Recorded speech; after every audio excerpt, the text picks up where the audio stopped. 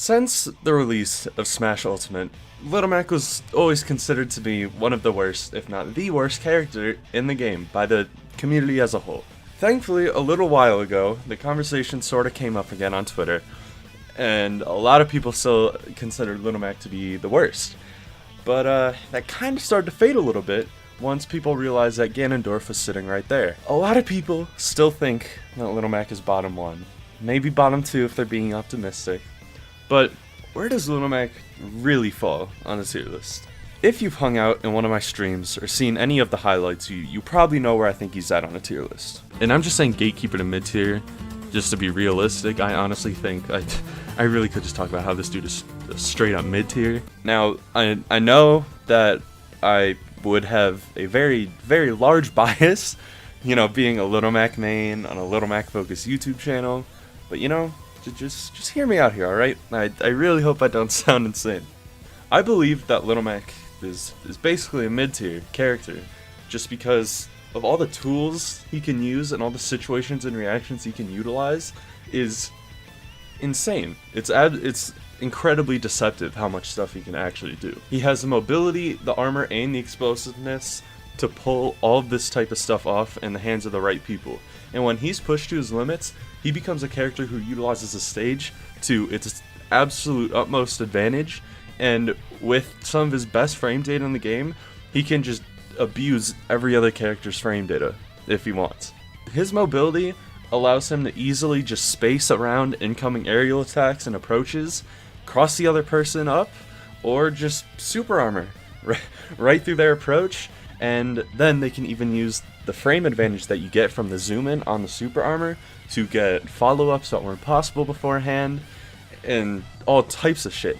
And so, if you approach Little Mac at the wrong time, and he sees you coming, he can get 25, 40%, even further than that. It can just go off like crazy. It all just depends on the scenario and stage positioning and, all sorts of stuff, but that's just neutral. He has tools that let him bait reactions out constantly and force the other person to stay on their toes, and it'll just let him punish people for free if they choose the wrong reaction. Because his moves are so fast, he can throw out some of his moves in neutral and not really get punished for it, and it can really just spook your opponent out and make them play really fucking sloppy. He also has a frame 1 tool that lets him armor up to 9.6% damage on command, just frame 1, with his neutral B straight launch. If Mac has a lead, camping with straight launch can be really, really hard to deal with. He has very, very basic combos that all come from moves that are sub frame 10. On top of his combos doing around 20 to 25%, it also has the potential to set up tech chases or platform setups, which Little Mac can capitalize off of insanely well. He just has a constantly just threatening and looming amount of power output. With his insane ability to capitalize off tech chases, he can just pile on damage like it's nothing. Like at 0%, I read my opponent's air dodge or neutral air dodge out of a down tilt once, and then I can down tilt, down lane, good forward smash into reading their tech into a down tilt side B. It's like an easy 60 to 70% doing that off 2 reads, and it's absolutely insane. He can also kill off of basically his entire kit. There's some way that you can use any move in his kit to kill, except for maybe up throw. But he also just has a lot of niche power. I hope that makes sense. Or it's like you never expect a random ass down throw or down tilt to force you into a tech chase on a platform, which then Little Mac down air locks you on the platform and then gets an up smash when you're 80 and you're dead. Just stuff like that. Like you get caught lacking one time and you can be jab locked and you're dead. And he has a grab that is equivalent to a tether grab, which is his boost grab tech. It's not only on Little Mac, it's on other characters too. But with the boost grab, because of boost grab, Little Mac basically has an unreactable tether grab. He can ledge trap with a single button, which is just the B button. He can just use the B button and ledge trap like crazy. And while there are times where it won't do an insane amount, you can basically force the other person to just stress out, basically. which can allow you to kill from 50 to 70% if you land down tilt, and a side B at ledge. Not to mention his haymaker tech called Ledge Maker, which is so absurd and slept on, and it does an amazing job at covering multiple options at ledge. It's absolutely insane, and I do not see enough Little Mac players using it. If Little Mac properly utilizes platforms, there's a chance that he could land a landing aerial, which at times can reward him with stuff like a fast fall up air and up smash, or a fast fall fair into a jab lock, and most of them have pretty true combo windows at medium percent right when he would get the most out of them. Because if you're a mid-high percents and you're by the ledge, if Little Mac jab locks you into an S smash, you're gone, buddy. Like that's a wrap. He also has a frame 8 move with a hitbox so large and unreactable that at times if Little Mac saves this Jolt Haymaker, you will straight up not be able to reliably stop him from recovering. Even more so if he clips to ledge with it with good timing, because if you're sitting at ledge, waiting to ledge trap him or react to his get up option or whatever, he will just smack you right off the ledge for free. Little Mac has all this stupid, insane stuff in his kit, but what's the thing that's really holding him back?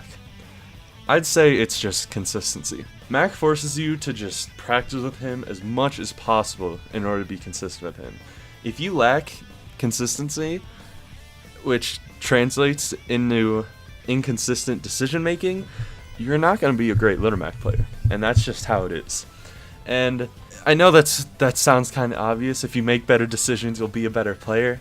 But with Mac, he has that as a basic requirement of being even alright with him. With the sheer number of tools that he has, a number of situations he can force, he's someone who can mix you up in absurd amount and just destroy you for not seeing them coming. And if you want to talk about Little Mac's aerial game in a practical sense, it doesn't really matter, but he does have platform setups on a ton of stages that can potentially allow for him to scoop people with fair and the side B at some percents. Nair is so fast that he can just nair someone twice and do shit out of it. Here's the thing with Little Mac.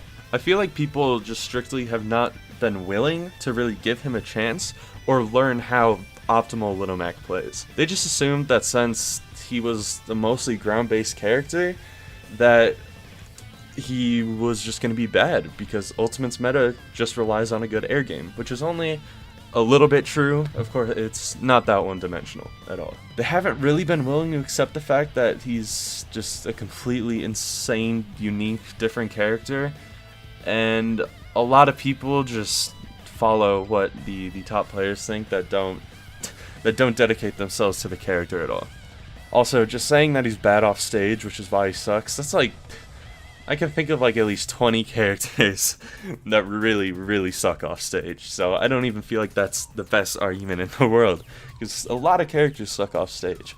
Hey, it's like 1 a.m. and I forgot to actually talk about this in the video, so I'm just gonna talk about it right now real quick. The thing is with Little Mac's recovery, it has distance and it has mix-ups. The problem is that if your opponent reads those mix-ups and knows what you're gonna do, then yeah, you're dead. Of course, at low percents, if the Little Mac player knows that you're gonna just run out and tap them thinking that, you know, they'll die from it, the Little Mac player can just conserve his resources, save his jump, save his side B, and then basically be able to make it back pretty safe, unless he's, you know, at like the bottom corner of the blast zone. But with fair, nair, and down air, you can boost his forward momentum into his up B, which gives it a pretty hefty amount of distance compared to what it would be without boosting it.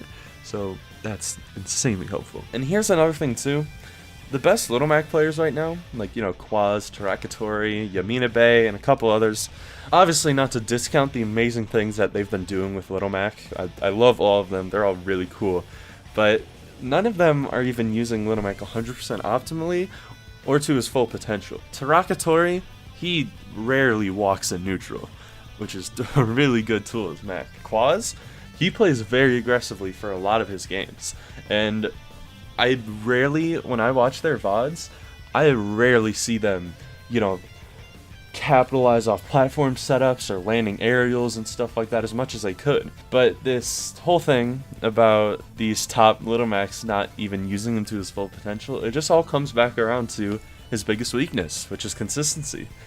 If your decision making isn't on point the entire time you play, that can stop you from taking stocks at the stupid percent that Mac is capable of, and then basically be able to make it back pretty safe unless he's, you know, at like the bottom corner of the blast zone. But with fair, nair, and down air, you can boost his forward momentum into his up B, which gives it a pretty hefty amount of distance compared to what it would be without boosting it. So and it can also make you lose your stocks at stupidly early percent because of how Little Mac is designed. Of course, saying that Little Mac is a mid-tier character when being perfectly used isn't the most surprising thing, because, I mean, any character in Ultimate being used to their fullest potential is bound to be really impressive and useful. But the Mac community as a whole still has a pretty long road of optimization ahead, and it really feels like we're just getting started. So I can't wait to see the Mac meta just evolve and thrive, and I'll be following it every step of the way. Well, that's what I would say. Just fucking back home off stage, dude.